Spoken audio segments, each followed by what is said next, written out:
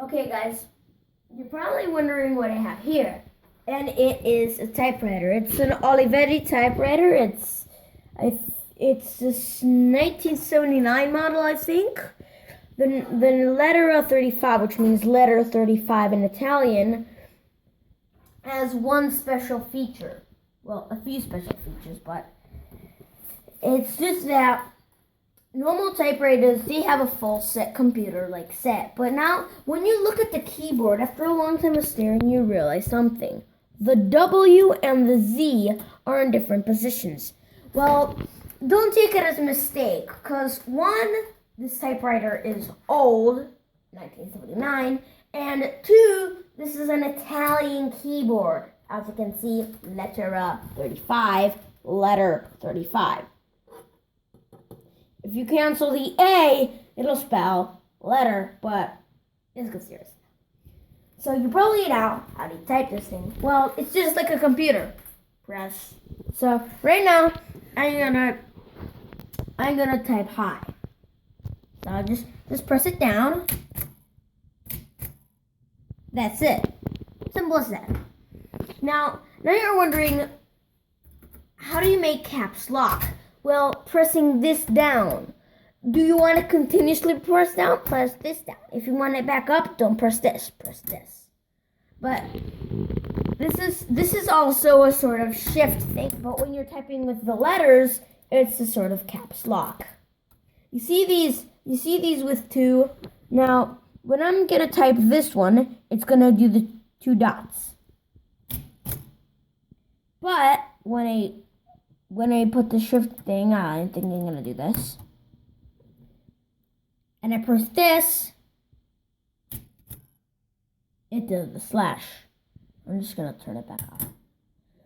So, now you're wondering, what are these numbers for? Well, one, if you're writing in French, you might want to use the 9 a lot. Just look at this. It does that thing. And then, but if you're writing in numbers, you're better off using 9. Look, guys, I press the same key, but only pressing down these two keys.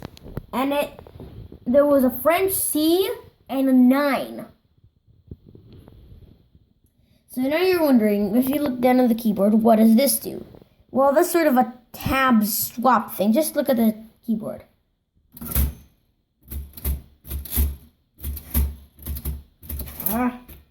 Now, you're probably wondering, what was that ding for? Well, that ding is for, when you're an expert writer, you don't usually look at the paper. You look at or the keyboard or something else. That ding is to tell you that you've finished your line and you can't write another thing. So, another cool feature of this is that they took off the one button. What's supposed to be 1 is nothing. If you look at the mechanism up here, when I press the 1, I'm seriously pressing 1, all you see is that little part down there change. But this is a problem. What do you use to make the 1? Well, you can decide. Or you're gonna type in a lowercase l, or, oh, sorry guys, I forgot. Just look again. Or you're gonna type a lowercase l, or you're gonna type an uppercase I. Both very cool ways of writing a 1. But now, what is this little thing for? You can also put it back if you don't want to use it, but you can put it in front. It's for going down. If you can put 0 to go down half a line. You can put down 0 to go none. You can put down 2 to go 2 lines down. And you can put down 3 to go 3 lines down. And you can also use this to go back up. And so now, what's the backspace in here? Now just look at that, and you see I'm making it go back.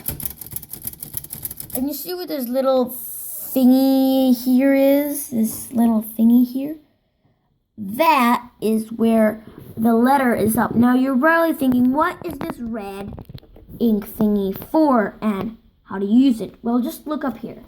So the main thing is, you see this lever thingy back here?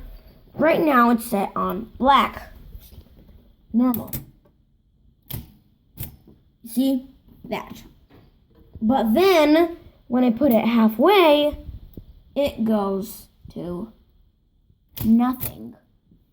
But when I put it down, this is what it does. Now tell me, how cool is that? That's really cool. So, you're probably wondering, what is this other lever thingy for?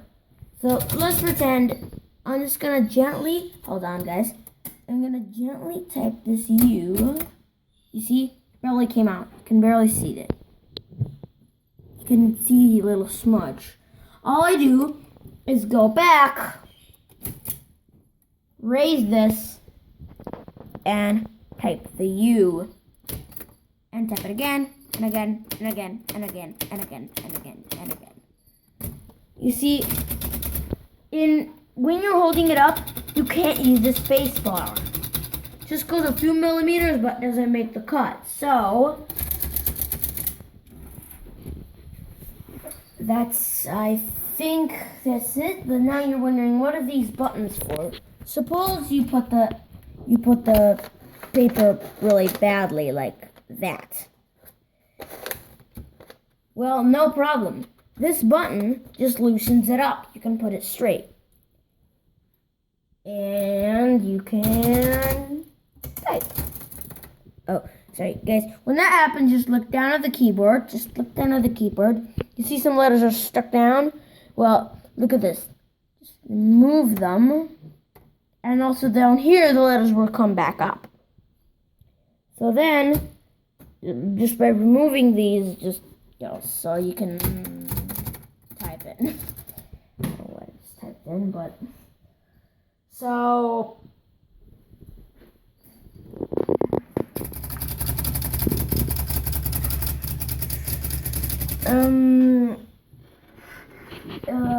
it's pretty heavy, actually. Oh, I think it's roughly 6 or 7 kilos, around my waistband. No, just kidding.